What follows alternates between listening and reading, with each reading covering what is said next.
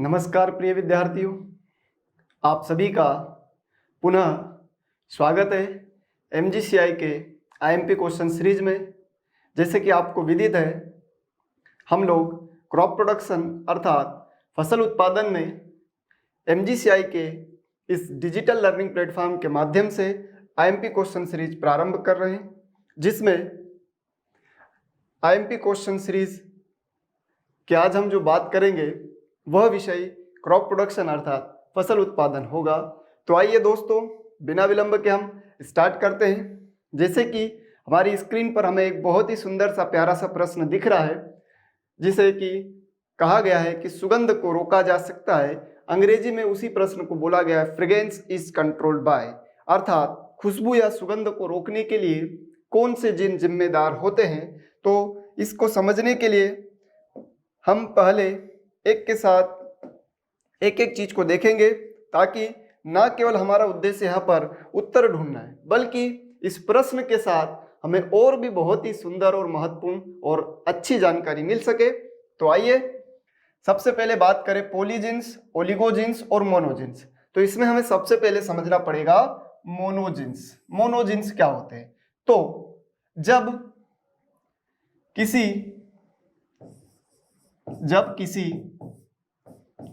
एक लक्षण को एक जीन नियंत्रित करे, ठीक है भैया, जब एक लक्षण को एक जीन नियंत्रित करता है तो उस घटना को हम मोनोजिन्स या उन जीन्स को मोनोजिन्स कहते हैं। जब एक लक्षण को एक जीन कंट्रोल करता है तो वह कंडीशन कहलाती है मोनोजिन्स। उसी प्रकार से जब पॉलीजिन्स की हम बात करें तो पॉली शब्द का अपने आप में मतलब है कि किसी लक्षण को एक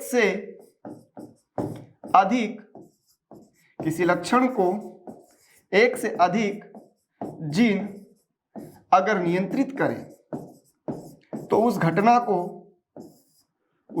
को क्या कहते हैं? पॉलीजिन्स। और पॉली का मतलब ही होता है एक से अधिक, मोनो का मतलब होता है एक। ठीक है सर, ये बात समझ में आ गई। मोनो मतलब एक, पॉली मतलब एक से अधिक। फिर ये ओलिगोजिन्स क्या होता है? तो ओलिगोजिन्स की अगर हम बात करें डियर स्टूडेंट, तो ओलिगोजिन्स के बारे में हम बात करें तो ओलिगोजिन्स क्या कहना चाह रहा है? ओलिगोजिन्स ये कहना चाह रहा है कि जब किसी लक्षण को या तो अकेला जीन किसी लक्षण को या तो एक अकेला जीन नियंत्रित करे या किसी अन्य जीन की सहायता ले, उस परिघटना को कहा जाता है ओलिगोजिन्स। तो जो फ्रेग्रेंस होता है, सुगंध होती है, खुशबू होती है, वह कहीं ना कहीं ओलिगोजिन्स से ही कंट्रोल होती है। इसलिए दोस्तों इसका उत्तर हो जाएगा ओलिगोजिन्स। आई होप आपको ये तीनों प्रश्न समझ में आ गए, और इस एक प्रश्न में हमने 4 प्रश्न कवर कर लिए, तीनों परिभाषा भी क्लियर हो गई। तो किसी लक्षण को या तो अकेला जीन, मतलब यूं कह सकते एक जीन नियंत्रित करे, या किसी अन्य जीन से क्या ले?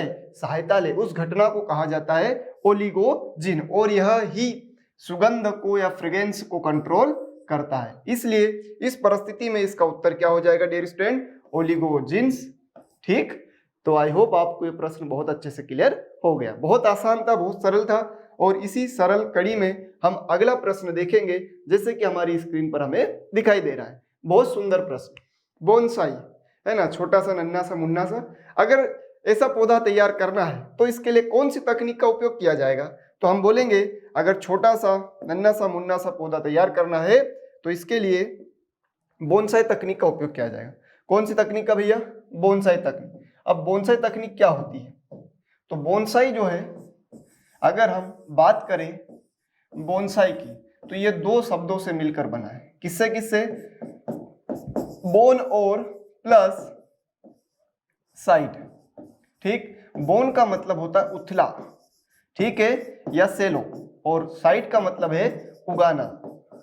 अर्थात उथले पात्र उथला है, उथले पात्र में पौधों को ग्रोइंग करना या उगाना ही बोनसाई कहलाता है। पहली बात तो ये क्लियर हो गई। दूसरा यहां से जो क्वेश्चन बनता है डियर स्टूडेंट, क्या बनता है क्वेश्चन, अगर हमसे यहां से दूसरा प्रश्न बनता है तो यह पूछा जाता है कि जो बोनसाई है इसकी उत्पत्ति, इसका ओरिजिन कहां से हुआ है। तो इसका ओरिजिन हमसे पूछा जाए तो ये बहुत बच्चे जल्दबाजी में गलत कर देते हैं। ध्यान रखना है, बोनसाई का अगर ओरिजिन पूछा जाए दैट इज चाइना, इसका उत्पत्ति स्थान चीन है। फिर घुमा के पूछा जाता है कि बोनसाई किस देश की कला है, it is a art of Japan, यह जापान की कला है। तो यह प्रश्न भी महत्वपूर्ण है। ठीक, अब बोनसाई के प्रकार से भी एक प्रश्न आता है। तो वैसे तो 3-4 प्रकार है, लेकिन हमारे काम के एग्जाम की दृष्टि से 2 है। एक है ma'am bonsai, ma'am bonsai. Ma'am bonsai की बात करें हम तो इसमें पौधे की जो हाइट होती है, ऊंचाई होती है, वह 15 से 20 सेंटीमीटर होती है। और एक होता है छोटी बोनसाई, स्मॉल बोनसाई जिसे कहा जाता है, छोटी बोनसाई। स्मॉल बोनसाई की अगर हम बात करें तो इसमें पौधे का जो हाइट रहता है, ऊंचाई रहता है, वो 6 to 12 इंच रहता है। ध्यान रहे, यहाँ पर मैंने डाटा इंच में लिया है, ठीक है, और यहाँ पर ये सेंटीमीटर में दिया है। और इसी तरह से पूछा हुआ प्रश्न है, इसलिए मैंने डाटा भी वही रखा है दोस्तों। तो यहाँ पर हमें बोनसाई के बारे में बहुत सारी जानकारी मिली। अब इसी क्रम में बोनसाई के क्रम में जो स्टडी की गई, अध्ययन किया गया विभिन्न वैज्ञानिकों द्वारा, तो विशाल वृक्षों को, जैसे कि हम बरगद के, पीपल के या और भी ऊंचे वृक्षों की बात करें, तो उनके ऊंचाई अधिक होने के कारण चाइना और जापान के साइंटिस्ट ने ऐसा सोचा कि हम इसकी यूटिलिटी या उपयोगिता कैसे बढ़ाए। तो उसको बढ़ाने के लिए एक तकनीक लाई गई जिसका नाम है बोनसाई।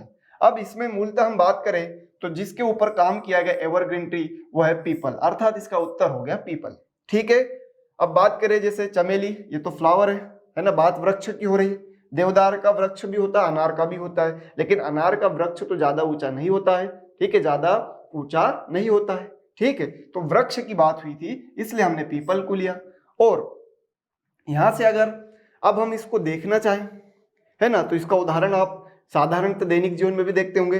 अगर आप किसी शॉप पे जाओगे, दुकान पे, तो शोकेस पर इस तरह से एक बांस का पौधा रखा हुआ आपको मिल जाएगा, ठीक है, हरा हरा, ठीक है, बांस का पौधा इस तरह से आपको मिल जाएगा। ठीक, तो वह भी तो बांस का वृक्ष भी तो बहुत विशाल होता है, लेकिन बोनसाई में हमारे इंडिया में ये बहुत फेमस है।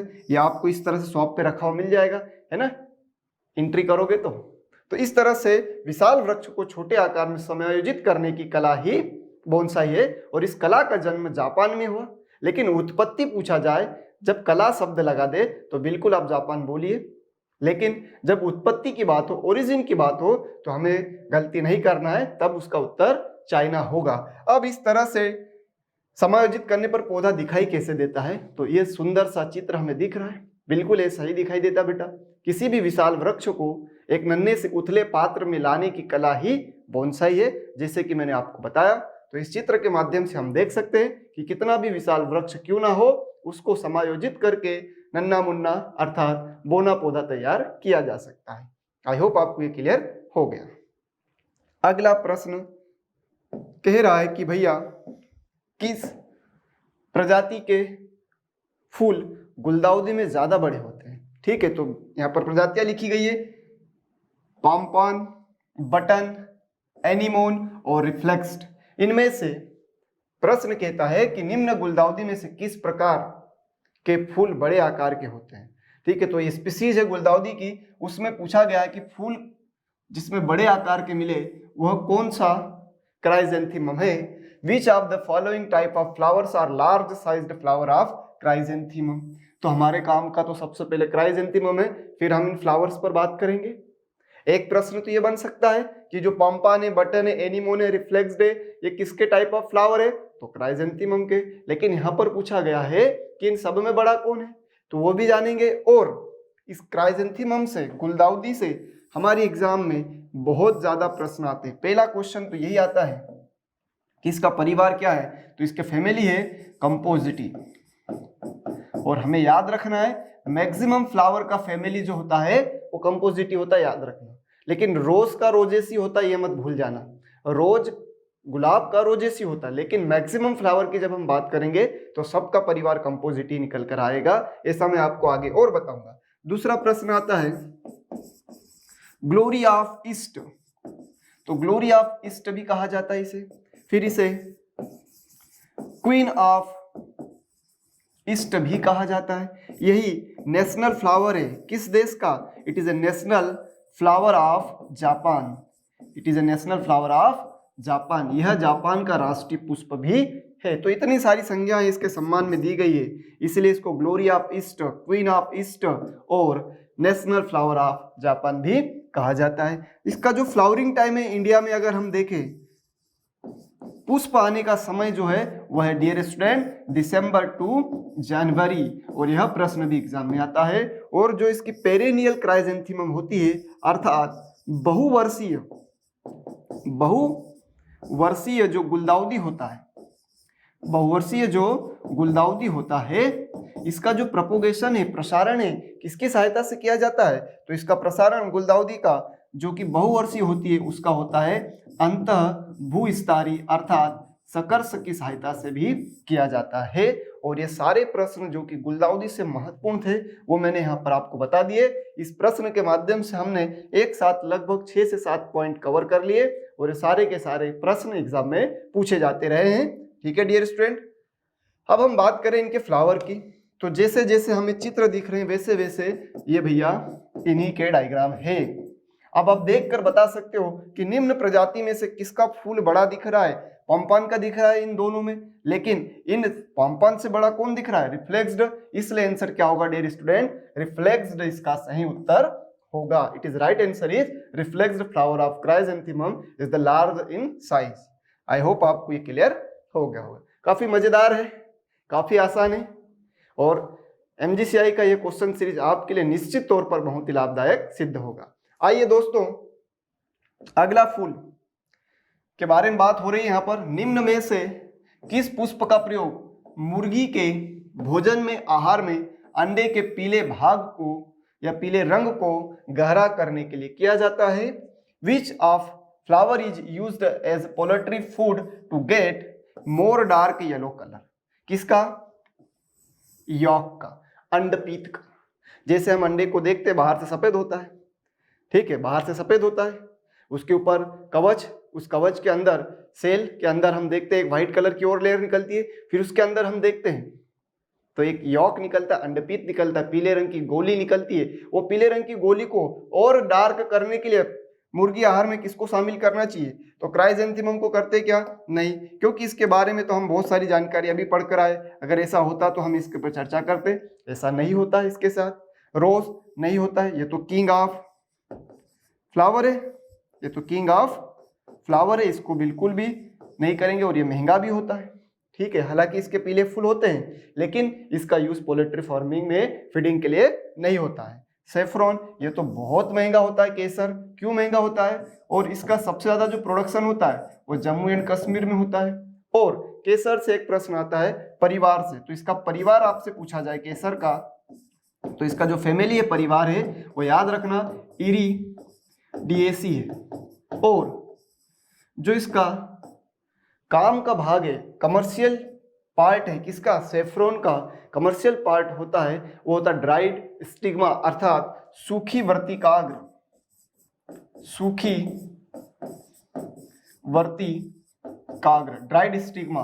अब भैया इसकी स्टिग्मा काम की है, इसीलिए तो सेफ्रॉन या केसर काफी महंगा होता है ना। हम इन जनरली दूसरे फल फूल की बात करें तो फूल नहीं, हम उनके फल खाते हैं, लेकिन इसका जो इकोनॉमिकली यूजफुल पार्ट होता है वो ड्राइड स्टिग्मा होती है। और स्टिग्मा वर्तिकाग्र काफी छोटी और महीन होती है, इसीलिए इसका मार्केट वैल्यू बहुत ज्यादा होता है, जो कि जम्मू कश्मीर में पैदा किया जाता है। परिवार भी मैंने आपको बता दिया, एक्स्ट्रा जानकारी मिल गई, लेकिन इन सब में हमारा उत्तर नहीं था। हमारा उत्तर तो गेंदा में छुपा हुआ है, मैरीगोल्ड में छुपा हुआ है। कैसे? अब गेंदा का यूज क्यों हुआ वो भी हम जाने क्लास, क्योंकि जो मैरीगोल्ड है, गेंदा है, इसका उपयोग क्यों किया गया? क्योंकि इसमें दो प्रकार के वर्णक देखे गए, जेक्सेथिन और जेंथोफिलिन। जेंथोफिल, ठीक है, ज़ैक्सास्थीन और जेंथोफिल, इस कारण से इसका उपयोग किया गया। और ये दोनों वर्णक पीले रंग के हैं, और जब इसको पीले रंग के वर्णक को खिलाया जाएगा तो निश्चित तौर पर अंडे का जो रंग होगा यॉक का वो पीला होगा। इसीलिए गेंदा को, मैरीगोल्ड को प्रीफर किया जाता है। और इन दोनों में एक सिमिलरिटी, गेंदा और क्राइजेंथेमम गुलदाउदी में क्या सिमिलरिटी है बेटा? तो इन दोनों का परिवार जो है वह है कंपोजिटी। एक और सिमिलरिटी है इन दोनों की, अगर हम बात करें तो दोनों में क्या होता है? Cross pollination. अर्थात क्रॉस पॉलिनेशन की बात करें तो परागण। तो इन दोनों में क्रॉस पॉलिनेशन होता है, याद रखना, दोनों में क्रॉस पॉलिनेशन होता है। किनमें? गेंदा और गुलदाउदी। ठीक है भैया, ये सारी महत्वपूर्ण बातें हैं जो कि हमें ये बात दिखाती है। अब इसके प्रयोग का असर कैसे होता है तो हम इस खूबसूरत चित्र के माध्यम से देख सकते हैं कि एक मुर्गी को मैरीगोल्ड नहीं दिया गया और एक मुर्गी को मैरीगोल्ड ऑफर किया गया, तो आप बिल्कुल स्पष्ट तौर पर देख सकते हैं कि एक यॉक विदाउट मैरीगोल्ड और एक यॉक विथ मैरीगोल्ड, तो कितना अंतर दिख रहा है? बहुत ज्यादा अंतर दिख रहा है। इसीलिए मैरीगोल्ड को, गेंदा को पोल्ट्री फीड में शामिल किया जाता है। आई होप आपको ये सारी चीजें क्लियर हो गई होगी। चलिए बच्चों, अगला प्रश्न बहुत शानदार है, बहुत मजेदार प्रश्न है। पौधे की विकसित करने या पौधे को पशु, पक्षी, मेहराब इत्यादि जैसे आकृति प्रदान करने की कला, पौधे बार बार छटाई के लिए सहज, अनुगामी होना चाहिए तथा अत्यधिक वानस्पतिक वृद्धि के साथ नम्य भी होना चाहिए। मतलब यह कह रहा है इज द आर्ट, यह एक प्रकार की कला है, डेवलपिंग द प्लांट और training the plant into different form of shape like animals, birds, archeries, etc.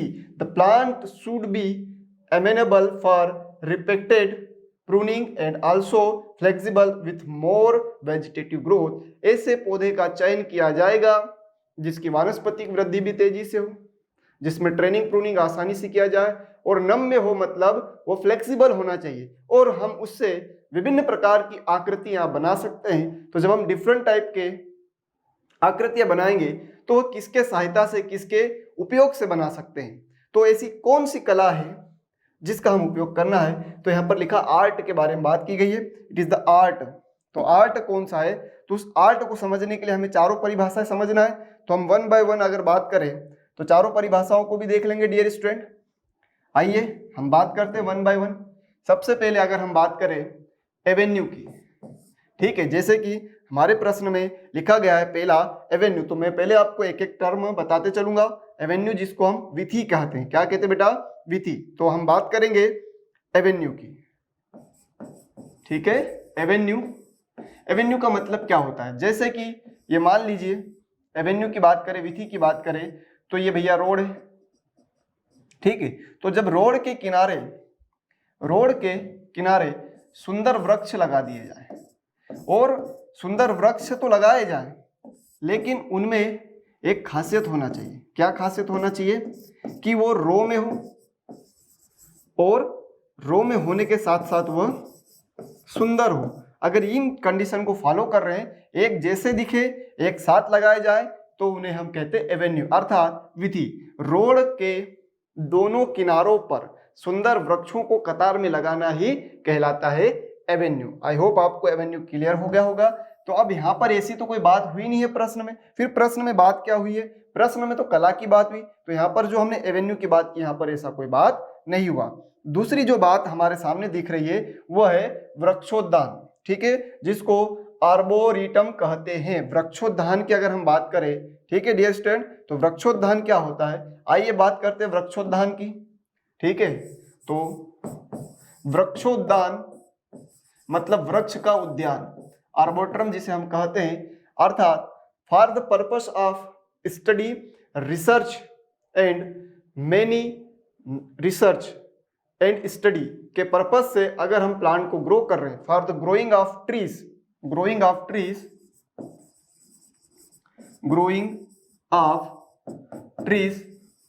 For the purpose of research, education ठीक है, तो हम वृक्षों को उगा रहे हैं ऐसी जगह पर, एक बगीचे में, जहां पर उन पर रिसर्च हो रहा है, उन पर शिक्षण हो रहा है, ठीक है, उन पर अनुसंधान हो रहा है। उसके उद्देश्य से डिफरेंट विभिन्न प्रकार के ठीक है, विभिन्न प्रकार के वृक्षों को उगाना ही कहलाता है वृक्षोद्यान। देखिए भैया, वृक्षों का उद्यान, ठीक है, इसे हम कहते हैं वृक्षोद्यान। तो ये भी नहीं होगा उत्तर, क्योंकि इसके बारे में भी प्रश्न में कहीं चर्चा नहीं हुई है। तीसरा उत्तर होगा टॉपियरी, क्योंकि इसी के बारे में बात हो रही है। यहाँ पर जो बात हो रही है वो भैया टॉपियरी के बारे में ही तो हो रही है। तो टॉपियरी एक कला है जिसमें हम विभिन्न कलाकृतियों के माध्यम से उद्यान को सुंदर, आकर्षक बनाने के लिए, ब्यूटीफुल बनाने के लिए डिफरेंट स्ट्रक्चर बनाते हैं। जैसे कि आपने किसी भी गार्डन में एंट्री करी, आपको दोनों साइड एलिफेंट दिख गया, कैमल दिख गया, और भी कोई एनिमल का कार्टून जैसा बना हुआ दिखाई देगा, जो कि हरा भरा होगा और आपको मनमोहक लगेगा। उदाहरण के लिए जब IRI न्यू दिल्ली जाएंगे तो वहां पर IRI भी इन कलाकृतियों से लिखा हुआ दिखाई देगा। तो वह भी एक एग्जाम्पल है टॉपियरी का, मेहराब का। ठीक है, तो इसका आंसर हो जाएगा भैया टॉपियरी। तो टॉपियरी क्या होता है, या उद्यान प्रसाधन क्या होता है? विशेष कलाकृतियों के द्वारा, विशेष कलाकृतियों के द्वारा उद्यान को सजाना, विशेष कलाकृतियों के द्वारा उद्यान को सजाना ही टॉपियरी कहलाता है। ये बात तो सर समझ में आ गई, लेकिन बच्चे कंफ्यूज होते हैं। ट्रॉफी और टॉपियरी दोनों एक जैसे दिखते हैं, तो आपको कंफ्यूज नहीं होना है डियर स्टूडेंट। ठीक है, जब ट्रॉफी की बात हो तो याद रखना इसमें कोई सेंट्रल ऑब्जेक्ट होता है। मान लीजिए कि ये कोई वृक्ष है, ठीक, और इस वृक्ष के चारों ओर एक सुंदर सी कलरफुल ऑब्जेक्ट रख दिए, जिसमें कोई गमला रख दिया, कोई लाइटिंग की व्यवस्था कर दी, कोई स्टार लगा दिए, कोई और इस तरह से सजाने के लिए, उस सेंट्रल ऑब्जेक्ट को हाईलाइट करने के लिए विभिन्न प्रकार के कलरफुल ऑब्जेक्ट रखे जाते हैं। कैसे? जो हो कलरफुल ऑब्जेक्ट, और कलरफुल ऑब्जेक्ट से किसी सेंट्रल थीम को हाईलाइट किया जाए, किसी सेंट्रल थीम को क्या किया जाए?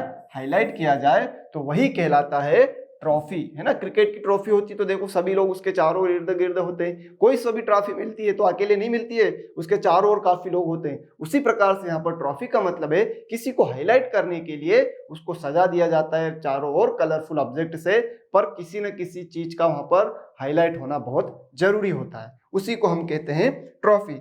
ठीक है सर, चारों शब्द क्लियर हो गए। अब हमें बता दीजिए कि टॉपियरी दिखता कैसा है? तो बिल्कुल बेटा इस तरह से दिखता है।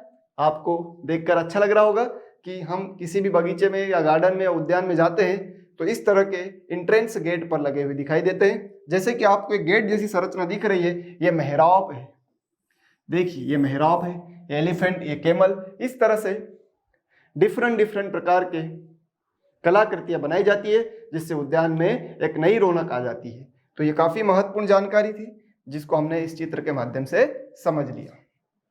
अगला प्रश्न है, लान या हरियाली में सबसे अधिक पाए जाने वाला व नुकसानदायक खरपतवार है, most common and problematic weed of lawn. अब लॉन की बात आती है हरियाली की, तो हरियाली को हार्ट ऑफ लॉन कहा जाता है, हरियाली को हार्ट ऑफ लॉन कहा जाता है।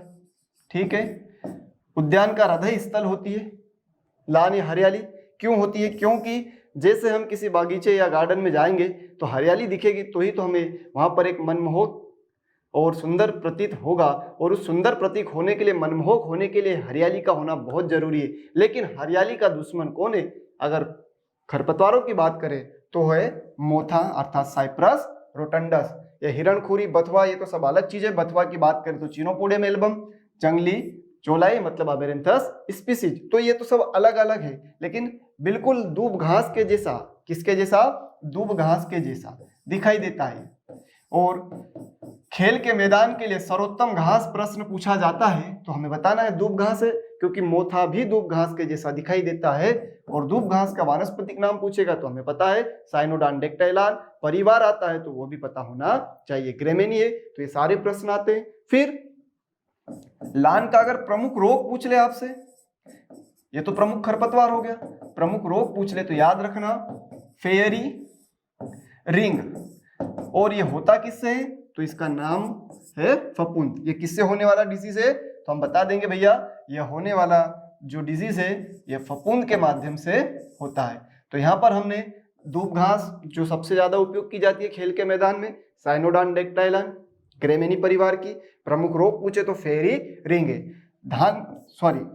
अगर हम लान की बात करें तो लान लगाने के लिए सबसे अगर पूछा जाए सर्वोत्तम विधि, कॉमन विधि और सस्ती विधि, तो common, cheapest and best method कौन सी है? तो वह है डिबलिंग। ठीक है, कौन कौन से बातें की गई इसमें? सर्वोत्तम विधि, सरल विधि और अच्छी विधि। बेस्ट मेथड कौन सी है? तो डिबलिंग है। लेकिन शीघ्र तैयार होने वाली विधि कौन सी है? तो लान को शीघ्र तैयार करने की जो विधि है वह है टर्फिंग। डियर स्टूडेंट, उसका नाम है टर्फिंग। ठीक है, उसका नाम है टर्फिंग। तो टर्फिंग विधि में सबसे जल्दी लान तैयार होती है, याद रखना।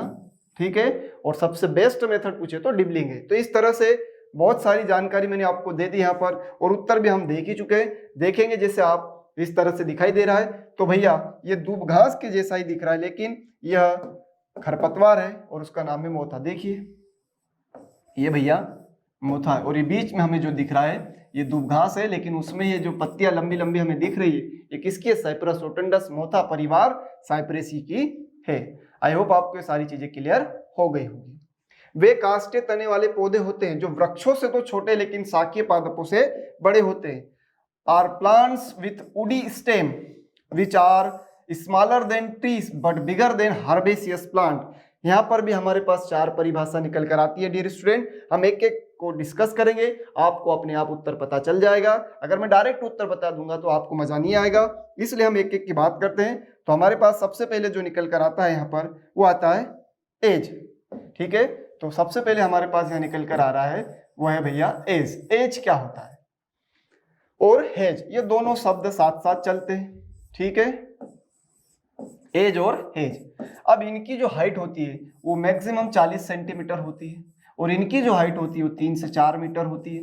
अब इन दोनों में ऊंचा कौन है? तो आप बोलोगे हेज होता है। तो बोना कौन होता है? तो एज। तो इसकी जो ऊंचाई होती है वो क्या होती है? कम होती है। इसकी ऊंचाई कम होती है, और इसकी ऊंचाई अगर हम देखें तो इसकी जो ऊंचाई है, हाइट है, वह अधिक है।